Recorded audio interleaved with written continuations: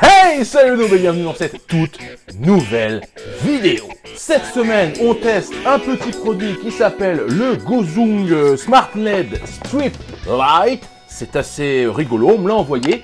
C'est bien sûr une OP sponsor puisque je n'ai pas payé ce petit produit. Et je dirais même plus, je vais même vous l'offrir à la fin de la vidéo. En tout premier lieu, on va réaliser un petit unboxing. Alors ça va, hein, c'est pas non plus le truc de fou, mais je ne l'ai pas ouvert avant, on va découvrir ça tout de suite. Hop là, donc je lis dessus, c'est marqué Smart LED Strip Light, 16,4 foot, ça doit faire 5 mètres, un truc comme ça, 16 millions de couleurs, ça fait la musique et le voice control, et il faut un outil très indispensable pour faire ça, c'est un smartphone. Et bien donc on ouvre, délicatement, qu'est-ce qu'il y a dedans? Ça je ne sais pas. Oh là, il y a un petit truc pour l'adaptateur je pense.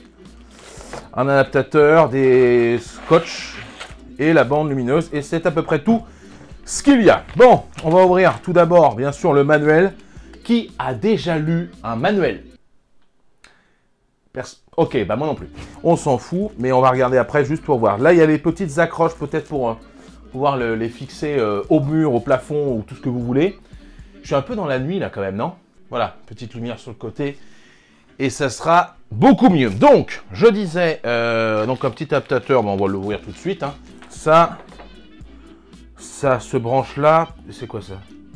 Ah oui, d'accord. On branche ça au bout du ruban. Ok. Et voilà, là, concrètement, c'est un ruban. Vous savez ce que c'est qu'un ruban. Mais est-ce qu'on peut le découper? Ça, c'est important à savoir. Ah oui, voilà, on peut les découper. Ça, voilà, ça c'est super important. Bon, c'est 99% du temps vrai. Là, vous avez ici des petites connectiques et vous pouvez tout simplement casser ici pour faire des petites bandes LED, on va dire de, je sais pas, ça fait 40 cm, ça, 30-40 cm. Au bout de cette partie, nous avons ce qui va se connecter, eh bien, je dirais, à cet adaptateur. Voilà, ça y est, c'est fait. Il y a un petit bouton on-off. On se doute tous de l'intérêt que cela a. Et poum, ça on va le brancher à la prise électrique. Ça tombe bien, j'en ai une à 3 km. Voilà, oh, direct, comme ça. Bon, alors, donc il y a un bouton, je vais peut-être lire le manuel.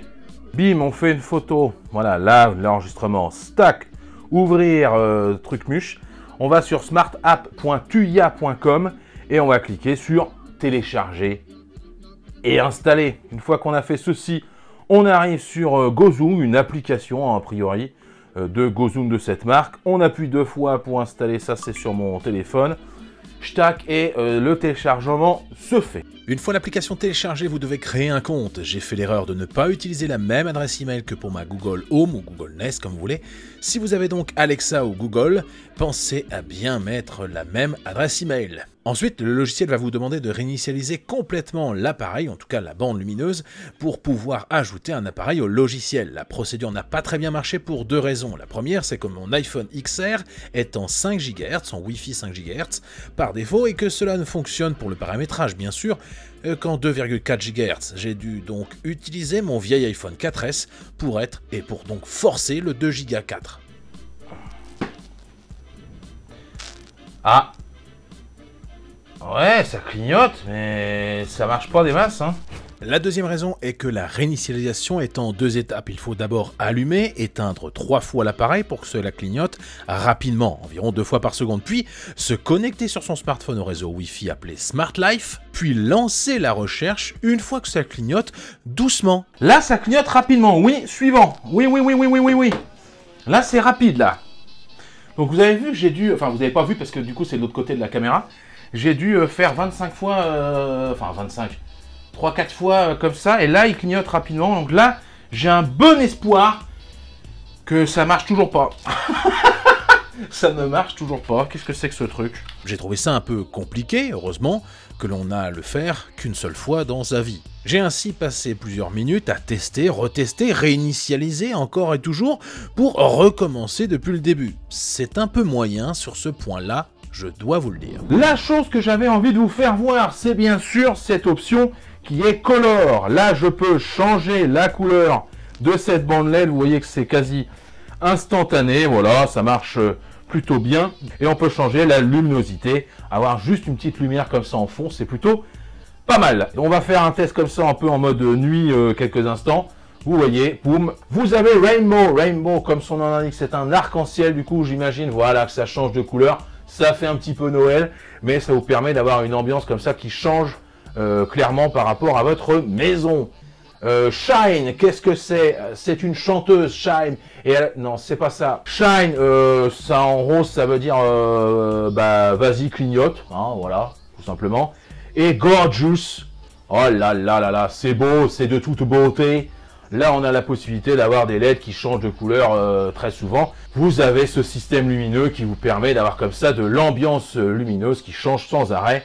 C'est plutôt pas mal. Boum, je rallume mes phares aussi. Alors, c'est rigolo parce que là...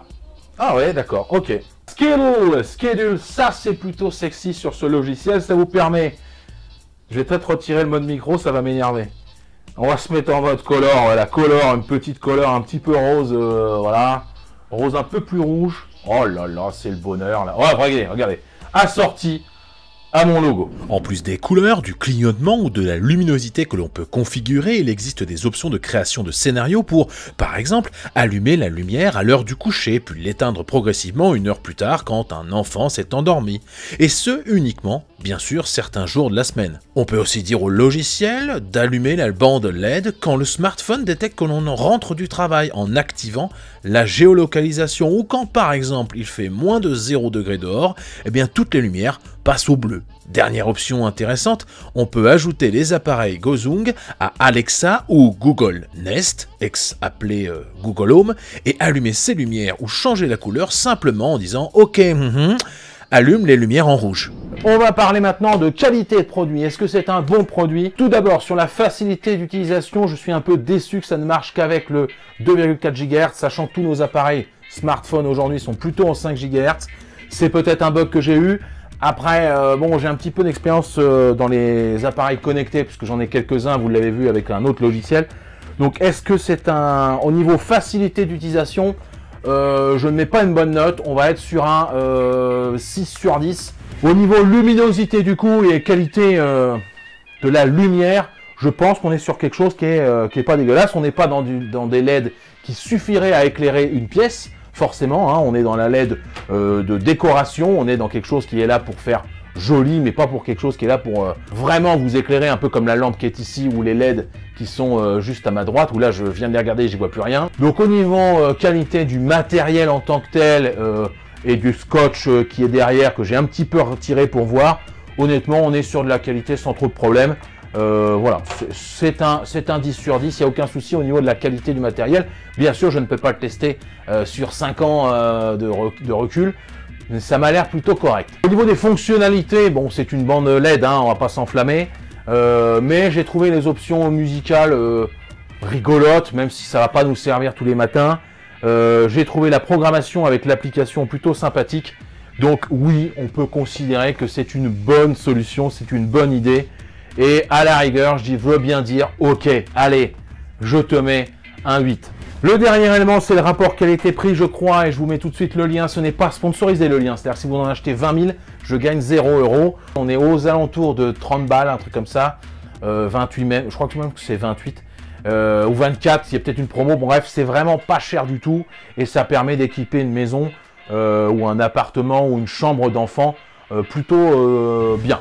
Ah, j'allais oublier. Et comme je vous l'avais promis, voici les modalités pour gagner cette bande lumineuse LED. Donc pour gagner, il vous suffit d'être abonné à la chaîne YouTube et de commenter en écrivant « Je participe ». Vous pouvez écrire d'autres choses, mais il faut au moins que votre message contienne « Je participe ». Je ferai une vidéo YouTube réservée aux abonnés où je tirerai au sort le gagnant ou la gagnante du concours. Si vous n'êtes pas abonné, ben vous ne verrez pas la vidéo et vous ne pourrez donc pas répondre en message privé avec votre adresse pour que je vous envoie cette bande lumineuse. Voilà pour ce test de matériel. Du coup, je vais le remballer parce qu'il va falloir que je vous l'offre et que je vous l'envoie par la poste. Et puis nous, on se retrouve pour la prochaine vidéo, la semaine prochaine. Et d'ici là, moi, je tirerai au sort. Je vous dis à très bientôt. Et comme dans chaque vidéo depuis quelques années, moi, je vous dis salut, bande de noobs.